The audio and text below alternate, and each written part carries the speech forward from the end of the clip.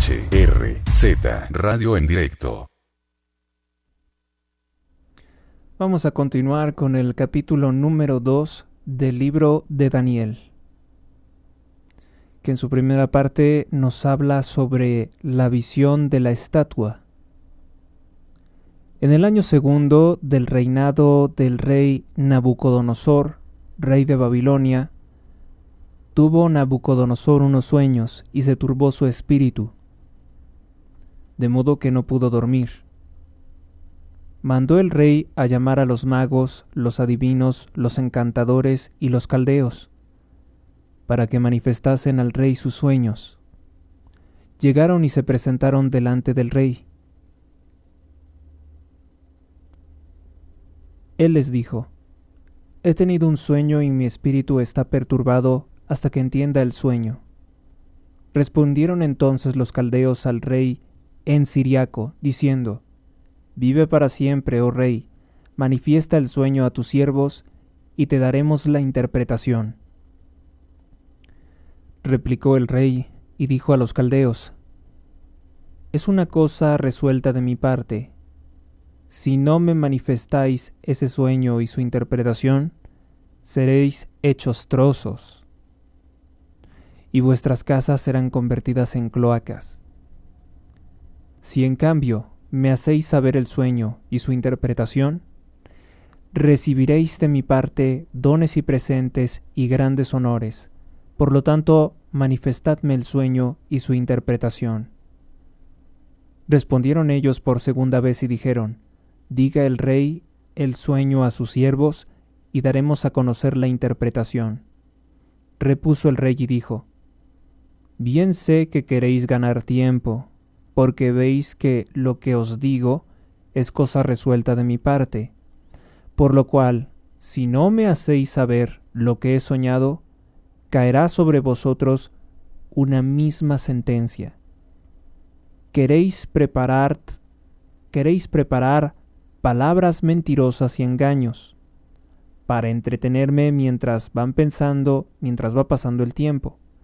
Por eso, decidme el sueño, y sabré que podéis darme también la interpretación. Respondieron los caldeos ante el rey y dijeron: No hay hombre sobre la tierra que pueda indicar lo que el rey exige, como tampoco jamás rey alguno, por grande y poderoso que fuese, pidió cosa semejante a ningún mago, adivino o caldeo.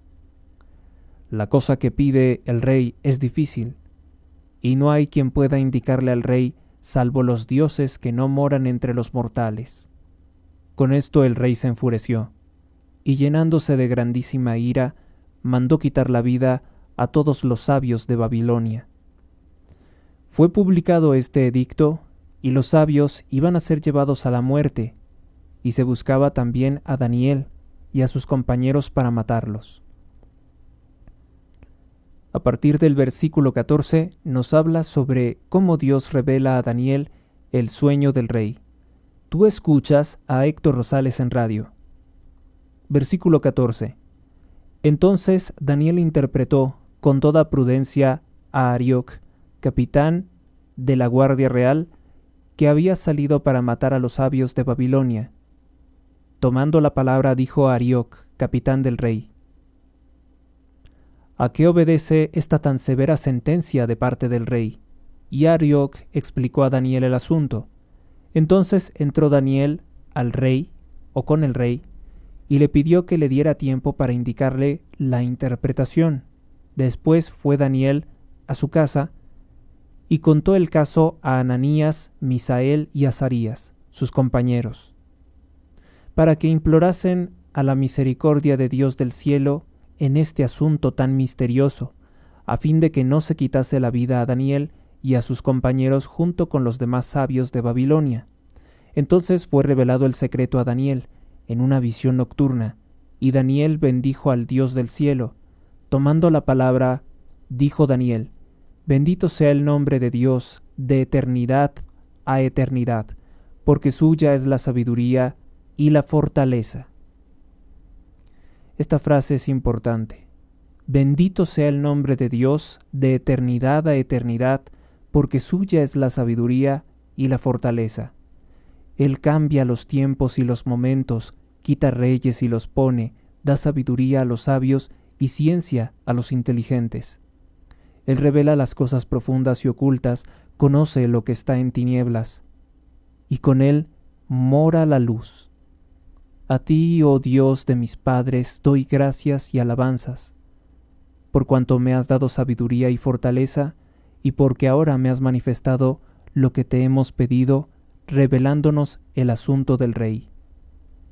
Después de esto, fue Daniel a Arioc, a quien el rey había dado la orden de matar a los sabios de Babilonia.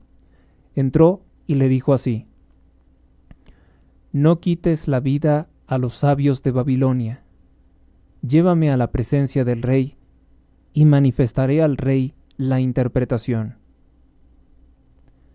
A partir del versículo 15, Daniel revela al rey el sueño. O sea, no era solamente interpretarle el sueño, sino también saber qué soñó. Versículo 25. Entonces Arioc llevó apresuradamente a Daniel a la presencia del rey, a quien dijo así: He hallado un hombre en los cautivos de Judá que dará a conocer al rey la interpretación. Tomó el rey la palabra y dijo a Daniel, cuyo nombre para él era Baltasar: ¿Eres tú capaz de hacerme conocer el sueño que he visto y su interpretación? Respondió Daniel ante el rey y dijo: El secreto cuya interpretación pide el rey, no se lo pueden manifestar los sabios, ni los adivinos, ni los magos, ni los astrólogos. Pero hay un Dios en el cielo que revela los secretos, y que da a conocer al rey Nabucodonosor lo que ha de suceder al final de los días. He aquí tu sueño y las visiones que ha tenido tu cabeza en tu cama. Tú, oh rey, estando en tu cama, pensabas en lo que sucedería después de estos tiempos.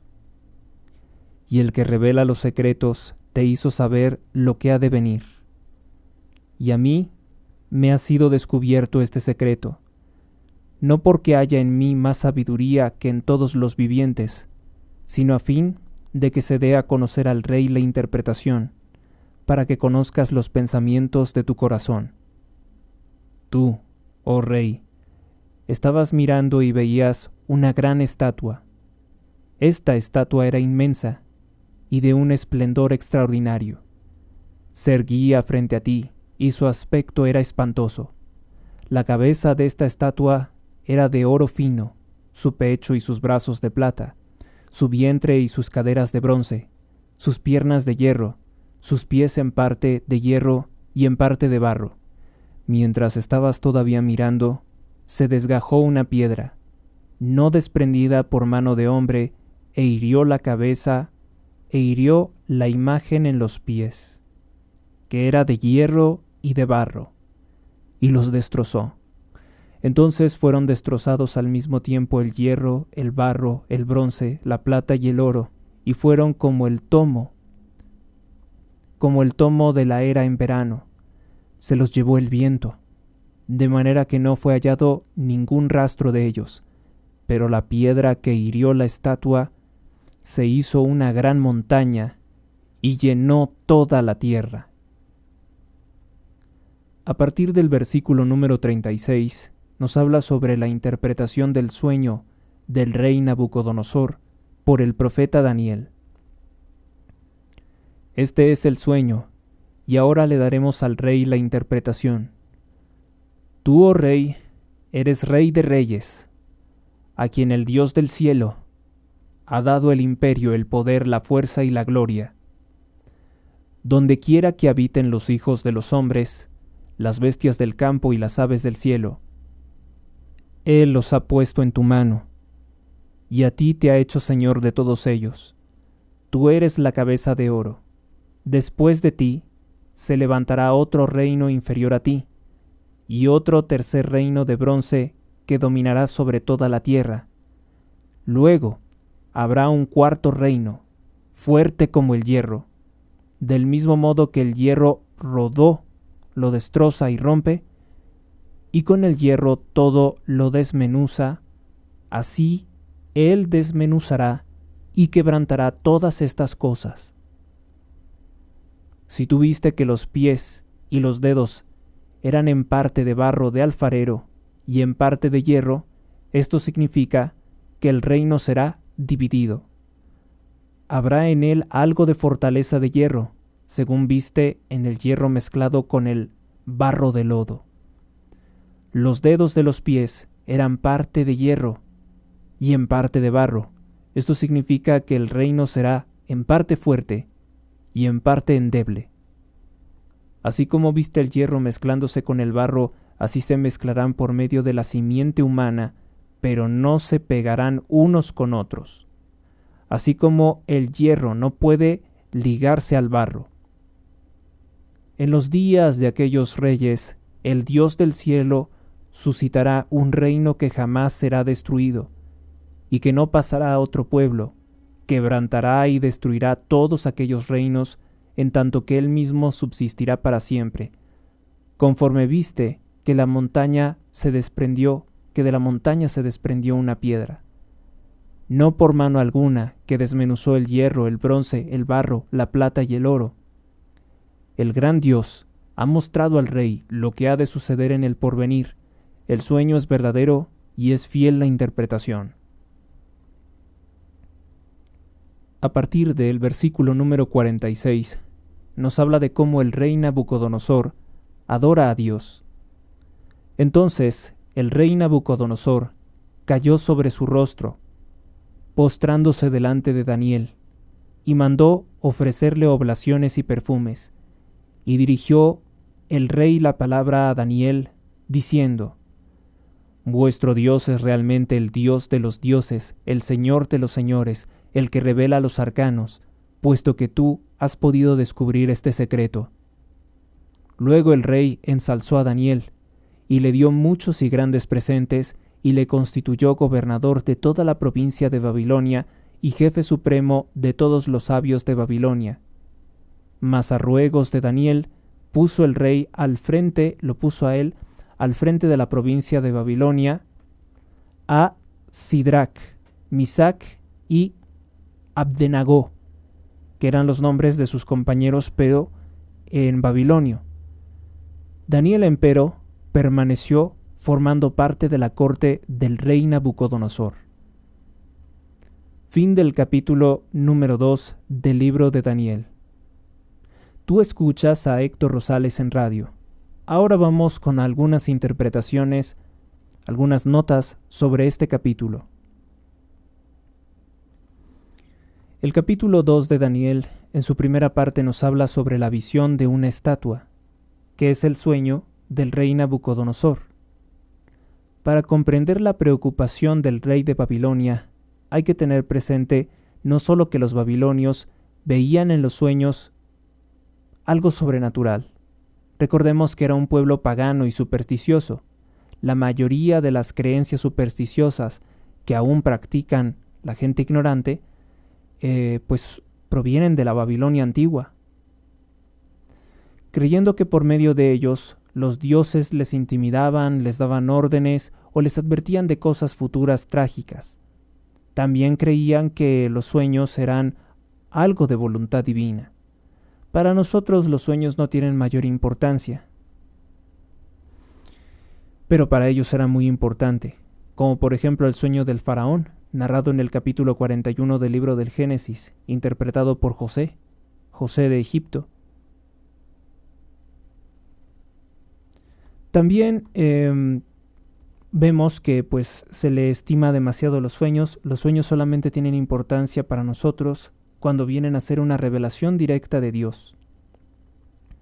En estos momentos no es tan importante una revelación privada porque Dios ha hablado todo lo que necesitaba hablar a través de la Sagrada Escritura y de las apariciones marianas.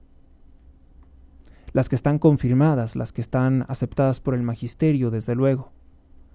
En el versículo 2 nos dice: mandó el rey a llamar a los magos, adivinos, encantadores, caldeos, para que manifestaran al rey sus sueños. Dice los caldeos. señala que hay una clase de magos especiales que eran llamados caldeos, o quizás a todos los sabios de Babilonia. La crítica ha atribuido demasiada importancia a esta denominación,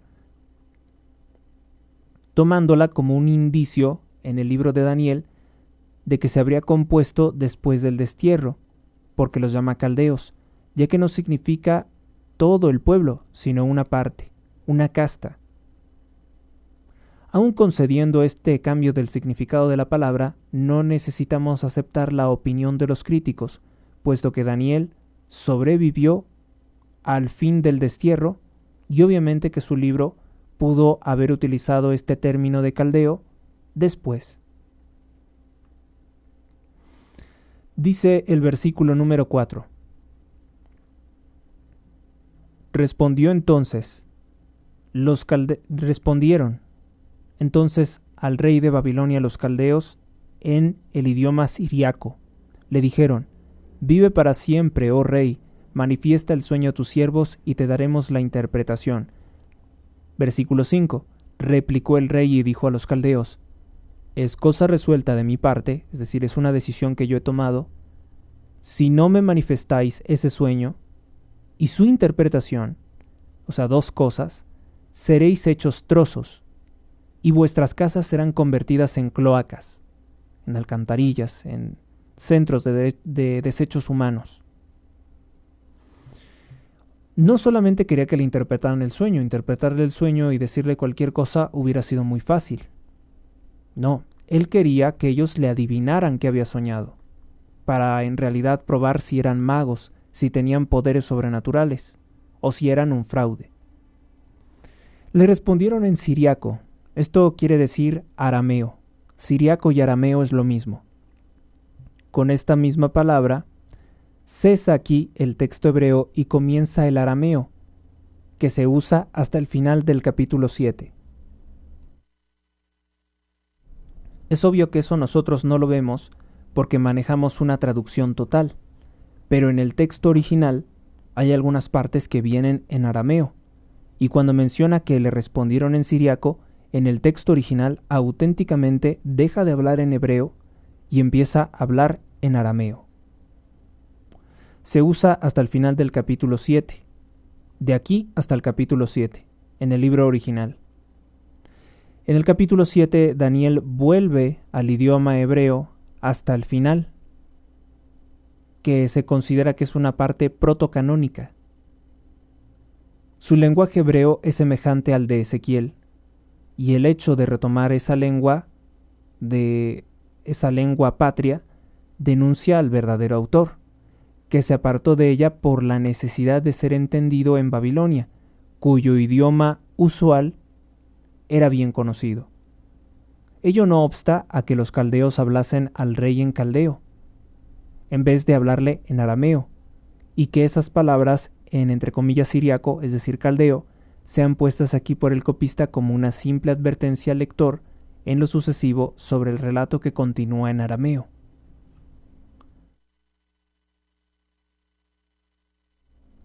Vamos ahora con el versículo número 5. Replicó el rey y dijo a los caldeos: es cosa resuelta de mi parte. Bueno, quería que adivinaran su sueño. En el versículo número 11 nos dice lo siguiente: la cosa que pide el rey es difícil, y no hay quien pueda indicarla al rey, salvo los dioses que no moran entre los mortales. Adivinarle el pensamiento. Con esto el rey se enfureció, y llenándose de grandísima ira, mandó quitar la vida a todos los sabios de Babilonia. Fue publicado este edicto, es decir, un decreto, y los sabios iban a ser llevados a la muerte, y se buscaba también a Daniel y a sus compañeros para matarlos, porque estaban también dentro de esos sabios que al rey ahora le parecían inútiles porque creía que pues nadie le podía revelar su sueño. Hasta eso, los, entre comillas, caldeos, estos brujos o magos, le dijeron una verdad. Solamente una entidad divina podría conocer el pensamiento del rey. Aunque ellos dijeron los dioses, no se refirieron al verdadero Dios. El verdadero Dios le revela ¿qué soñó el rey? A Daniel. Los magos tienen razón, mas los caprichos de un rey oriental solían ser siempre absurdos y abusivos. Exigían cosas imposibles, y era más bien un pretexto para matar a alguien. Recuérdese la orden de azotar las aguas del Helesponto. ¿Sí? Las aguas del Helesponto supuestamente les pegan. La orden fue dada por Jerjes, el rey Jerjes, en Esther capítulo 8, versículo 1. Llamado Asuero también en el libro de Esther, quien como rey de Persia se reconoce como heredero de Ciro el Grande en Esther 16:16, es decir, el sucesor del imperio de Nabucodonosor, porque Persia destruyó Babilonia, un siglo después del cautiverio en Babilonia, y que no obstante retener aún en durísima esclavitud a los muchos judíos que habían quedado esparcidos por toda la tierra, los libró de la destrucción gracias a Esther y les permite seguir viviendo según sus leyes en Esther 16:19, aunque como súbditos de los persas. Esther 16:23. Vamos ahora con el versículo número 17. Después fue Daniel a su casa y contó el caso a Ananías, Misael y Azarías, sus compañeros, para que imploraran la misericordia de Dios del cielo en este asunto misterioso, a fin de que no se quitase la vida a Daniel y a sus compañeros junto con los demás sabios de Babilonia. Entonces fue revelado el secreto a Daniel en una visión nocturna, y Daniel bendijo al Dios del cielo. Tomando la palabra dijo Daniel: Bendito sea el nombre de Dios de eternidad a eternidad, porque suya es la sabiduría y la fortaleza. Él cambia los tiempos y los momentos, quita reyes y los pone, da sabiduría a los sabios y ciencia a los inteligentes. Él revela las cosas profundas y ocultas, conoce lo que está en las tinieblas, y con él mora la luz.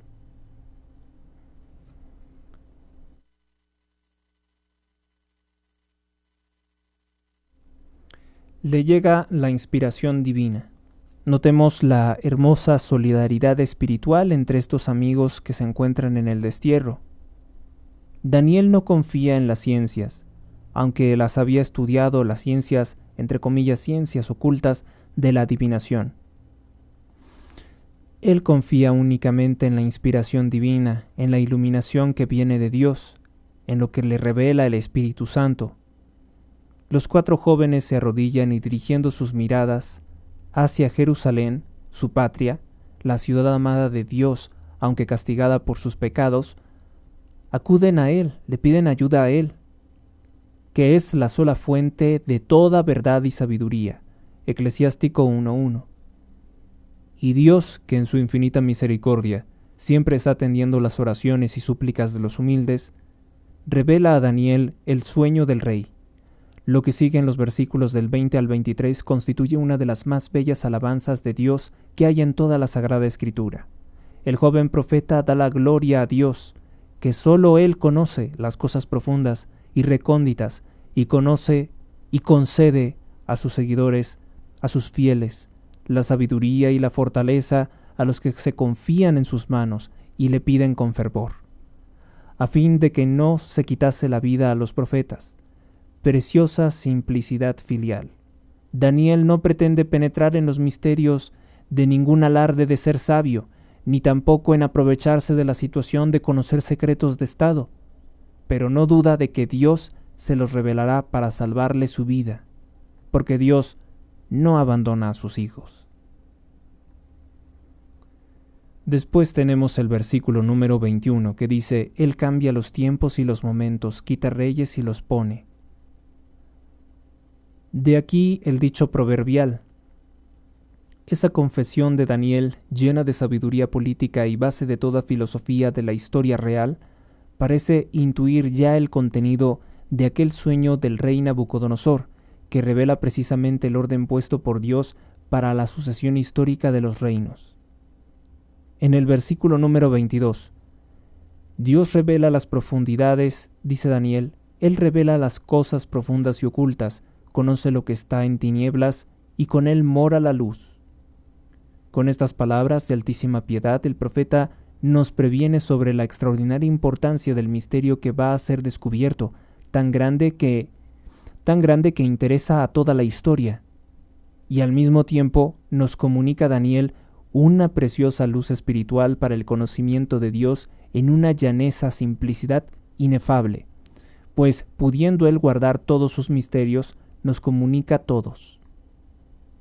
Después tenemos el versículo número 24, que nos dice: después de esto, fue Daniel a Arioc, a quien el rey había dado la orden de matar a los sabios de Babilonia.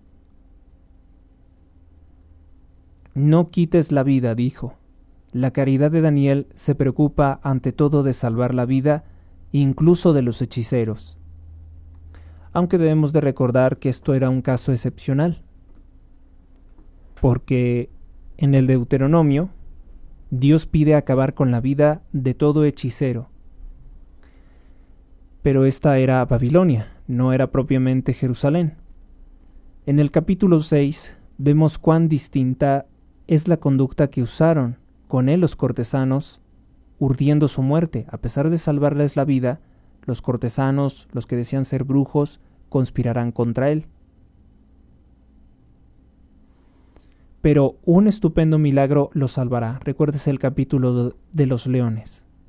En el versículo número 25 nos habla sobre Daniel revela al rey su sueño. Entonces Arioc llevó apresuradamente a Daniel a la presencia del rey, a quien dijo así: he hallado un hombre de los cautivos de Judá que dará a conocer al rey la interpretación.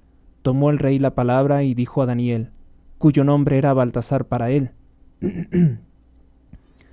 ¿eres tú capaz de hacerme conocer el sueño que he visto y su interpretación? Respondió Daniel ante el rey y dijo: el secreto cuya interpretación pide el rey no se lo pueden manifestar los sabios, ni los adivinos, ni los magos, ni los astrólogos. Pero hay un Dios en el cielo, que revela los secretos, y que da a conocer al rey Nabucodonosor lo que ha de suceder al fin de los días. He aquí tu sueño y las visiones que ha tenido tu cabeza en tu cama.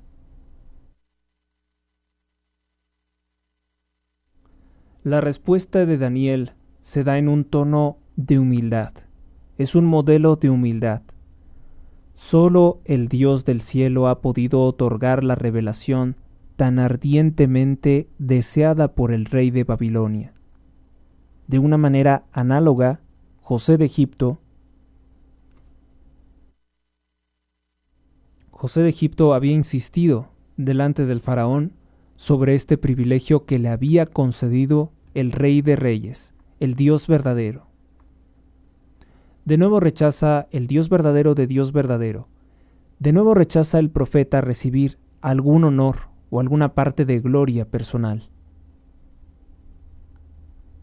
Es que el verdadero sabio, dice San Bernardo, como no se infla, como no se vanagloria, ve las cosas tales y como son en sí mismas, las divinas como divinas y las humanas como humanas, no confunde y no sobredimensiona nada. Las palabras al final de los días del versículo 28, estas palabras aclaran el sentido de las expresiones del versículo 28 que dice después de estos tiempos. ¿Qué va a pasar después de estos tiempos y lo que ha de venir? Sio, que fue un estudioso, un traductor de la Biblia español, señala aquí su alcance escatológico, es decir, profético, y cita a Ezequiel en el capítulo 38, versículo 8, que él interpreta del anticristo según lo que la estatua de Daniel comprende. O sea, la estatua que vio el rey Nabucodonosor sería el anticristo. Daniel comprende todo el tiempo de los gentiles. En Lucas 21, 24 sería esa la interpretación por parte del Nuevo Testamento. Ezequiel 33 también. De ahí la gran importancia histórica de esta profecía, que fue revelada a un rey pagano e interpretada por Daniel. Jesús, en su discurso escatológico, Mateo 24:15, cita otro pasaje de Daniel en Mateo 9:27.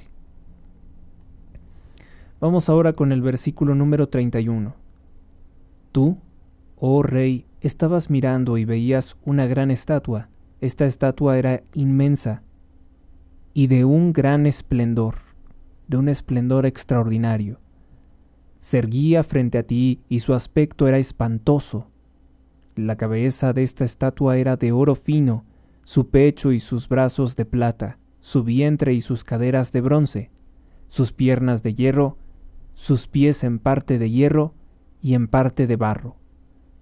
Esto era debilidad, esto ya no cuadraba con toda la estructura. De un esplendor extraordinario. Así se describe la historia, como dice Jesús: los que dominan a las naciones aún son llamados bienhechores. Lucas 22:25. Nótese el contraste con la humilde confesión de Daniel por los pecados de Israel y de sus padres y de sus reyes. Pronto nos muestra Dios el destino de aquel soberbio monumento político. Quedará simplemente reducido a polvo. Fillon hace notar que la estatua tenía forma humana, es decir, que interpretaba el humanismo. El humanismo es una doctrina de Satanás, que pone al ser humano en el centro de toda la historia, cuando el centro de nuestra historia o el centro de todo nuestro interés debe de ser Cristo. O sea, lo que Jesús llama el mundo por oposición al reino de Dios. El humanismo es el mundo en guerra contra Dios. En el versículo número 32 nos dice lo siguiente: la cabeza de esta estatua era de oro fino, su pecho y sus brazos de plata, su vientre y sus caderas de bronce. Parece que lo de arriba es precioso, pero la base es mala. Oro, plata, bronce, hierro denotan cada vez mayor dureza y menor calidad de la misma estatua, hasta que aparece la fragilidad de la arcilla en los pies, o del lodo. La potestad del mundo, el que domina el mundo, es una en todas sus fases. Por eso en la visión todas estas fases están unidas en una sola imagen. En el versículo número 35 nos dice: entonces fueron destrozados al mismo tiempo el hierro, el barro, el bronce, la plata y el oro, y fueron como el tamo de la era en verano. Se los llevó el viento, de manera que no fue hallado ningún rastro de ellos, pero la piedra que hirió la estatua se hizo una gran montaña y llenó todas las tierras. La piedra que rompió los pies, o sea, la base de ese anticristo, de ese monumento, de ese ídolo, podríamos decir, de ese Dios falso. De manera que no fue hallado ningún rastro de ellos, pero la piedra que hirió la estatua se hizo una gran montaña y llenó toda la tierra. Recuérdese que la roca es siempre representación de nuestro Señor Jesucristo. En el Antiguo Testamento, cuando los israelitas tienen mucha sed, Moisés hace brotar agua de una roca. Esa roca es Cristo. Esta parte es muy interesante, esta parte se puede relacionar con muchas otras partes de la Sagrada Escritura. Fillon llama la atención sobre el hecho de que, así pulverizadas las partículas de la estatua, fueron llevadas por el viento, de modo que todo rastro de ellas desapareció en absoluto, pues la montaña llenaba toda la tierra. He aquí también una representación de que es innoble, de que es vergonzoso, de que no es cristiano, hacer cosas como que pues a una persona al fallecer la creman y echan sus cenizas al viento. Esto es algo malo, no es algo cristiano. Es una falta de respeto para esos restos. La interpretación del sueño por Daniel. En el versículo 36 dice: este es el sueño y ahora le daremos al rey la interpretación. Versículo 37. Tú, oh rey, eres rey de reyes, a quien el Dios del cielo ha dado el imperio, el poder, la fuerza y la gloria. Donde quiera que habiten los hijos de los hombres, las bestias del campo y las aves del cielo, Él los ha puesto en tu mano, y a ti te ha hecho señor de todos ellos. Tú eres la cabeza de oro. La cabeza de oro, pero no deja de ser un poder terrenal. En la interpretación del sueño, que tiene gran semejanza con la visión de las 4 bestias del capítulo 7, los exégetas católicos, los intérpretes, no han logrado hasta ahora una explicación única. No han logrado una explicación homogénea. Según la interpretación tradicional, después del primer reino, que evidentemente es el babilónico, el segundo sería el de los medos y luego los persas, o medos y persas, los cuales dominarán al primero, a Babilonia. El tercer reino sería el de Alejandro Magno, y el cuarto, el de los romanos, los que sometieron a casi todos los pueblos de la región por el poder de las armas, por el hierro, precisamente por el hierro. Mas los romanos no supieron, dicen, transformar a todos estos pueblos en un solo pueblo, en generar una identidad nacional. De hecho, los romanos tendrán muchos problemas de generar una identidad nacional. Tardarán muchos años en conformarse lo que es Italia actualmente.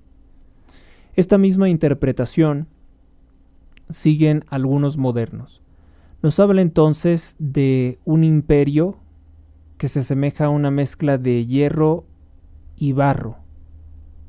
Esta misma, hierro porque los dominó por la fuerza, el imperio romano, pero barro porque todos estos pueblos, a pesar de estar sometidos a un mismo imperio, pues nunca dijeron somos una nación, nunca quisieron eso. Y eso a pesar que Roma en algún momento quiso concederles derechos a todos, derechos de ciudadano, lo cual era muy mal visto por los mismos romanos porque decían, estos son indignos, estos no han servido en batalla, ¿cómo van a ser nombrados como romanos? Creo que fue un edicto de Caracalla o Caracalla el que hace eso y tuvo nefastas consecuencias. Nunca se logró unir un pueblo. Parece ser esa la interpretación, que el reino de hierro y barro sería algo así como Roma, pero si se piensa también detenidamente, después de Roma, otro de esos grandes imperios y un imperio esclavista, pues fue el caso de Inglaterra y posteriormente el poder armado de Estados Unidos, que no es un poder unificador, simplemente es un poder dominador. En tanto que muchos pueblos en el mundo viven a la expectativa de rebelarse contra ellos. No se unen en su identidad, no les gusta su comida, no les gusta su música, rechazan todo eso. Vemos entonces también que naturalmente no aplica al reino español, porque el reino español sí es una integración y no es propiamente por el hierro y la fuerza, sino por el poder de la fe y la evangelización. La Nueva España. No hubo colonias, sino parte del reino de España, la creación de una nación como México. Ahora divididos por ese poder perverso del hierro y la espada, el hierro y las armas, que es la anglósfera, donde se ha desarrollado más la masonería, que aborrece tanto el catolicismo, y la hispanidad, nuestro origen español. Esta misma interpretación siguen algunos modernos como Vigoró, como Navenbauer, como Filión, como Linder, entre otros. Al mismo tiempo, esta interpretación afirma un paralelismo entre la visión de la estatua, ese anticristo, y las 4 bestias del capítulo 7. Todavía no llegamos a esa parte, la cual termina, según todos lo afirman, en la destrucción del anticristo por el retorno de nuestro Señor Jesucristo, pero ahora en plan de batalla. Y yo es cuando les digo, aquel que hizo todas las cosas, ¿no sabrá hacer la guerra? Por supuesto que sabe hacer la guerra, y mejor que cualquier estratega, con toda la fuerza. Así será destruido el anticristo. Y la manifestación de su reino eterno, la proclamación de su reino eterno, en tanto que esta era termina, según ellos, en la primera venida de Cristo, cuando se puede considerar que al nacer la Iglesia pulverizó y sustituyó todos los 4 imperios anteriores que hemos mencionado. Roma es conquistada por el cristianismo, indiscutiblemente, lo que nadie pudo hacer. Algunos protestantes, algunos herejes, siguen una interpretación similar sobre los 4 imperios, pero para obviar aquella dificultad, sostienen que según el libro del Apocalipsis, habrá un renacimiento del Imperio Romano en los últimos tiempos, lo cual no parece ser del todo coherente, porque ya no es la gran zona de influencia. Otros autores consideran que el primer reino continuó con Darío el Medo y Ciro el Persa. Darío era medo y Ciro era persa, pues su reino no fue menor que el del rey Nabucodonosor, sino mayor. Ni ellos destruyeron a Babilonia como antes se creía, sino que continuaron aquel reino, solamente llegaron a tomar el poder, no lo destruyeron. Y que el mismo Daniel habría sido ministro de Nabucodonosor, terminará siendo también ministro de Darío, y que de esa forma continuó ese reino en tiempos de Ciro. No, sabemos que el reino era diferente con Nabucodonosor. El segundo reino sería, según esto, el de los griegos, no egipcios, el de los griegos, que fundado por Alejandro Magno y consolidado por Seleuco, fue menor que el imperio babilónico, y no dominó toda la tierra como se dice del tercero. Este es el bronce entonces, y correspondería entonces a los romanos, que dominaron toda la tierra, y no como lo hace el periodo del hierro. O sea, la potencia que domina con hierro no sería que todo lo destruye, sino dicen, difundiendo también su derecho y cultura, y dividiendo luego del vientre a los muslos en 2. El imperio de Oriente, que termina siendo lo que es Turquía, Constantinopla, y el occidente. El cuarto reino, de hierro y barro, se inicia según ellos con las invasiones de los pueblos del norte y los nuevos reinos que ellos habían fundado, y se caracteriza por estar dividido, porque ya no hay, como en los anteriores, una sola nación que domine universalmente, y solo se llama reino en el sentido lato del régimen o sistema político de este último periodo de la historia de las naciones que el profeta previene para el tiempo final y que Cristo retornará. No la parusia, ¿no? El retorno de Cristo. No ya como en su primera aparición, cuando se encarnó de María la Virgen y se hizo hombre, y presentándose como un humilde cordero, como la víctima silenciosa para redimir los pecados del mundo, sino que ahora retorna como juez, que viene de improviso. Dice, vengo como ladrón. Viene sino como mano de hombre, como una gran piedra que destruye una estatua monstruosa que es la Babilonia, la ciudad, la capital del pecado, dominada por el anticristo. El anticristo que será un hombre con el poder de Lucifer. Como se ve en esta segunda opinión, hace terminar el último reino con la segunda venida de Cristo, la cual corresponde mejor al sentido del profeta, pues la piedra es Cristo, como ya les había comentado. En su primera aparición no destruyó el cuarto reino. De hecho, no vino a cambiar el sistema político y económico de aquel tiempo, propiamente hablando, que estaba en toda su fuerza, porque era voluntad de Dios que estuviera en toda su fuerza. Transcurridos 5 siglos antes de que fuese arruinado y sustituido por los pueblos del norte, los cuales llegaron a fundar un nuevo imperio bajo el gobierno de Carlomagno, el cual también se dividió. Si se dividió, consideran que era débil y que entonces también podría ser ese imperio de hierro y barro. Otros intérpretes, en fin, como por ejemplo Calmet, Lagrange, Bussy, Riesler, Gottersberger, reduciendo el alcance de la visión al mundo oriental, dicen no es universal, es solamente en Oriente, refieren el cuarto reino, dicen que el cuarto reino habrían sido los sucesores de Alejandro Magno, que ellos se dividen por discordias y desbaratan la obra del Gran Macedonio. En este caso, la mezcla del versículo 44, se refiere a los matrimonios entre las familias de los diáconos, los sucesores de Alejandro Magno, como por ejemplo esta interpretación que vemos en Acarcolunga, donde dice, a cita textual, esta visión representa los 4 imperios que desde el caldeo se sucedieron en Oriente, el caldeo, el persa, el macedonio, el de los seleucidas o sirio. No han faltado intérpretes que han querido ver en este último el imperio romano, llevados por la idea de que bajo este imperio se había aparecido el Mesías. Pero Daniel no es una excepción entre los profetas que dicen otra cosa, que ven en el reino mesiánico el término del horizonte histórico.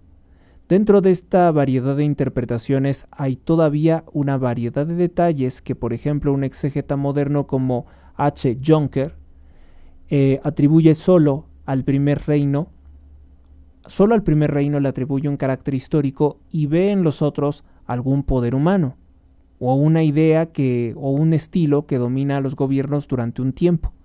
De ahí la necesidad de señalar por parte de su santidad el Papa Pío XII de redoblar los esfuerzos de estudiar la Sagrada Escritura, de pensar qué es lo que quiere decir esta parte de la Sagrada Escritura.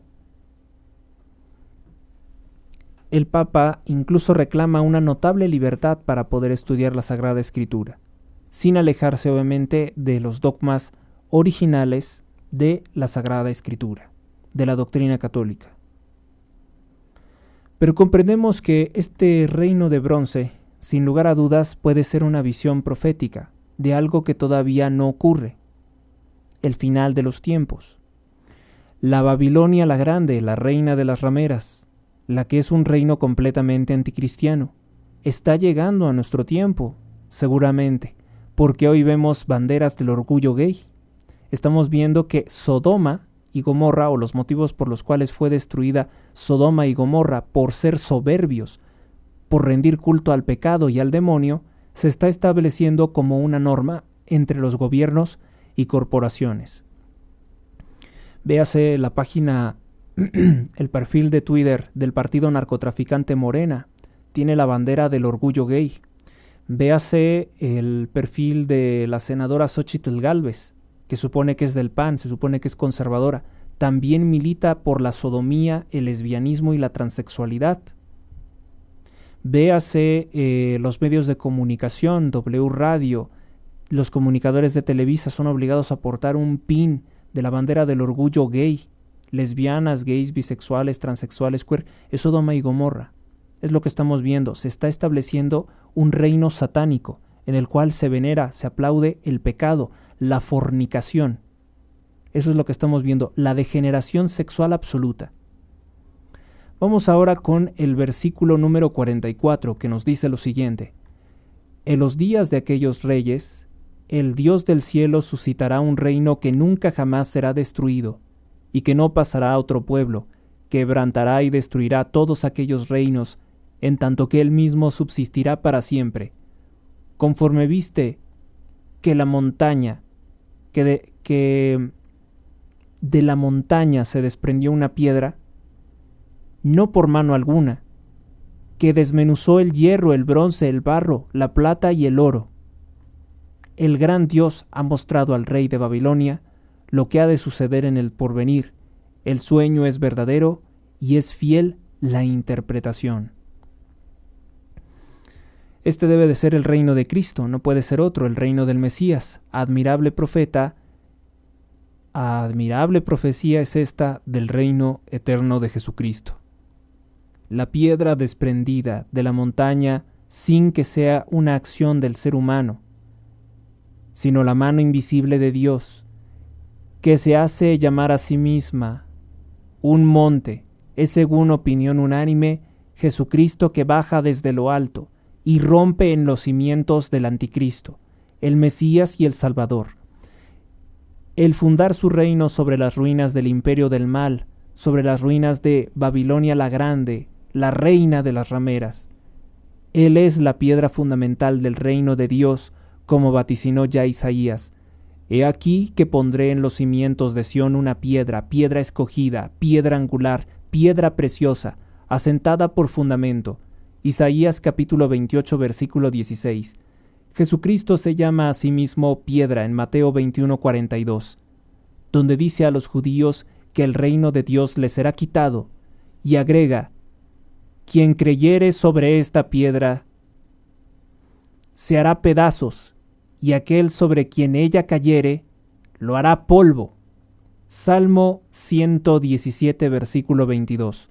El Mesías, en efecto, fue piedra de tropiezo para Israel, que lo rechazó, para la sinagoga de Satanás. Y aquí que se presenta haciéndolos polvo, a los imperios gentiles, a los que han abrazado el neopaganismo. También los intérpretes judíos están de acuerdo en reconocer que esta nueva descripción designa a un Mesías, reino que según los oráculos de los profetas debía de fundar el Mesías. El monte de donde se desprende la piedra es probablemente la colina de Sión, que en otros oráculos cristológicos está relacionado muy estrechamente con el Mesías y su reino eterno. Vamos ahora entonces con los siguientes versículos, con el 46, para cerrar con este comentario. El versículo número 46, a partir del cual nos habla de que Nabucodonosor adora a Dios, al verdadero Dios. Abandona a Bel, y eso le ocasionará problemas, pero eso lo vamos a ver más adelante. Entonces el rey Nabucodonosor cayó sobre su rostro, postrándose delante de Daniel, y mandó ofrecerle oblaciones y perfumes, y dirigió el rey la palabra a Daniel, y dijo: Vuestro Dios es realmente el Dios de los dioses, el Señor de los señores, el que revela los arcanos, puesto que tú has podido descubrir este secreto, le decía el rey de Babilonia a Daniel. Luego el rey ensalzó a Daniel, y le dio muchos y grandes presentes, y le constituyó gobernador de toda la provincia de Babilonia, y jefe supremo de todos los sabios de Babilonia. Mas a ruegos de Daniel puso el rey al frente de la provincia de Babilonia a otros, a sus hermanos, a Sirac, Misac y Abdenago. Daniel, empero, quiso permanecer en la corte del rey. Bien, aquí hay cosas muy valiosas, muy importantes. Espero no olvidar ninguna. El rey Nabucodonosor estaba sorprendido de la sabiduría que Dios, de la sabiduría de la cual proveyó Dios a Daniel. Nabucodonosor adora ahora al verdadero Dios. Esto le ocasionará problemas con su pueblo que sigue adorando al demonio. Hemos visto muchas veces que gobernantes se convierten, pero el pueblo quiere seguir haciendo lo que es malo. El pueblo quiere seguir practicando la perversión, la fornicación, el pecado y sus cultos diabólicos.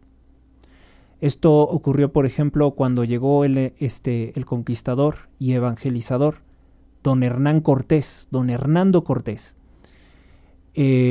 a la Tenochtitlan. Él logró llevarse bien con Moctezuma II Xocoyotzin, que es como se le conocía en realidad a Moctezuma, el Tlatoani, el emperador de la terrible Tenochtitlan, que era un imperio caníbal, asesino y torturador. Ellos se llevan bien. Probablemente Moctezuma termina convirtiéndose a la fe, y él quería que existiera la paz entre los españoles y los pueblos indígenas, y que los mexicas abandonaran sus cultos diabólicos. Pero el mexica, que siempre ha sido, ya no existe, fue un pueblo obstinado, pero sus herederos sí que lo son, sus herederos sí que siguen en guerra contra Dios, pues eran movilizados sediciosamente por los que se dedicaban a adorar a los demonios, que eran los sacerdotes malignos, los que rendían culto a demonios como Huitzilopochtli, como Tlaloc, Quetzalcóatl, etc. Y también por rivales políticos que tenía Moctezuma, como por ejemplo Cuauhtémoc. El águila que desciende, que es lo que significa Cuauhtémoc, era un enemigo acérrimo de Moctezuma, y seguramente lo asesinó. Las explicaciones tentativas son que él lo habría asesinado por pretender lograr la paz entre españoles e indígenas, y unirse en una nueva civilización. Los adoradores de Satanás se sentían morir. Propiamente podemos decir que había una presencia diabólica, una presencia maligna en Mesoamérica, en la Tenochtitlan, que se resistía por todos los medios a la evangelización. Por eso no nos es de extrañar que personalidades satánicas como López Obrador, presidente de México, como Claudia Sheinbaum, como Marcelo Ebrard o como Delfina Gómez, visitaran a brujos satanistas de Catemaco para rodearse de, supuestamente ellos, de todos los demonios de los pueblos indígenas para seguir destruyendo al México católico, al México cristiano y con él la misma identidad del país, porque la misma bandera significa catolicismo. La bandera verde, blanco y rojo significa verde independencia, blanco religión católica apostólica romana y el rojo significa unión. La bandera fue hecha por el emperador Agustín de Iturbide. Vamos entonces a entrar en esta última parte del versículo número 46. Nabucodonosor reconoce al verdadero Dios, porque vio y creyó. Dios nos dice, dichosos los que no ven y sin embargo creen. Porque al creer en lo que no pueden ver, quiere decir que han sido tocados por la gracia divina. En la triple confesión del rey, se ha querido ver una alusión al misterio de la Trinidad. Dios de los dioses, el Padre, el Señor de los señores, el Hijo y aquel que revela los arcanos, el Espíritu Santo. Parece ser que sí, parece ser que Nabucodonosor, rey de Babilonia, mencionó la Santísima Trinidad. Con otras palabras, vuestro Dios es realmente el Dios de los dioses. Es muy admirable el que Dios quiera presentarse en la Biblia como un Dios determinado, no como uno más de los dioses. Es para que entendamos o atendamos a esas miles de características propias de un Dios que es eterno y que siempre estuvo. Él nos revela sobre sí, sobre sí mismo, que tengamos una adhesión consciente, voluntaria, electiva, una adhesión a Dios total, como la que sigue, por ejemplo, el partido de Júpiter por preferirlo al de otro. Claro está que Dios mismo nos dice que Él es el único Dios verdadero y que todos los demás son, dice, todos los dioses de los gentiles son demonios. Salmo 95, versículo 5. De aquí que esas danzas indígenas que algunos hacen frente a las iglesias y que se decía cínicamente que era para adorar a los demonios de los cuales estaba construida la iglesia, o sea, las pirámides de las cuales estaba construida la iglesia, eso es un acto de herejía. Pero parece ser que con el tiempo se fue corrigiendo porque el sentimiento de los que danzan piensan que es en adoración al verdadero Dios. Si es así, adelante, pero no deja de ser un acto un tanto pagano. Dios no quiere que lo miremos en abstracto, simplemente como el Creador, porque eso no interesa a nuestro corazón. No quiere ser adorado en abstracto. No quiere ser adorado de manera impersonal. Él tiene un nombre y tiene una personalidad. El Fatum. Él no es una fuerza cósmica, de manera impersonal que se puede manipular con ritos o con determinadas combinaciones de palabras, como si fuera un hechizo. No, así no es Dios. Dios es un espíritu omnipresente, con voluntad y con pensamiento. Quiere que en la intimidad de nuestro ser seamos sinceros con Él para conseguir nuestra felicidad. Es precisamente esto, más que todo, lo que a este Dios peculiar le interesa. Y por eso, más que toda otra característica, más que toda su magnificencia, destaca de él su bondad, su misericordia, que viene de amor puro por los hombres, no causándoles dolor. Él quiere el bien. Él es el amador de los hombres. Él es el grande amor, toda la misericordia. Es misericordioso porque es todopoderoso. Por su buen nombre es misericordioso. Este es el Dios nuestro, el Dios único, y no una vaga divinidad cuyos atributos fuesen terrenales como los que pretenden encontrarle por parte de la secta herética de los teósofos y demás charlatanes. Bien, pues así llegamos al final de estas explicaciones y comentarios acerca del capítulo 2 del libro de Daniel. Una maravilla. Gracias por su atención, Dios los bendiga a todos hoy, mañana y siempre. Los invito a continuar con la programación de este canal, con otro programa después del corte. Hasta la próxima.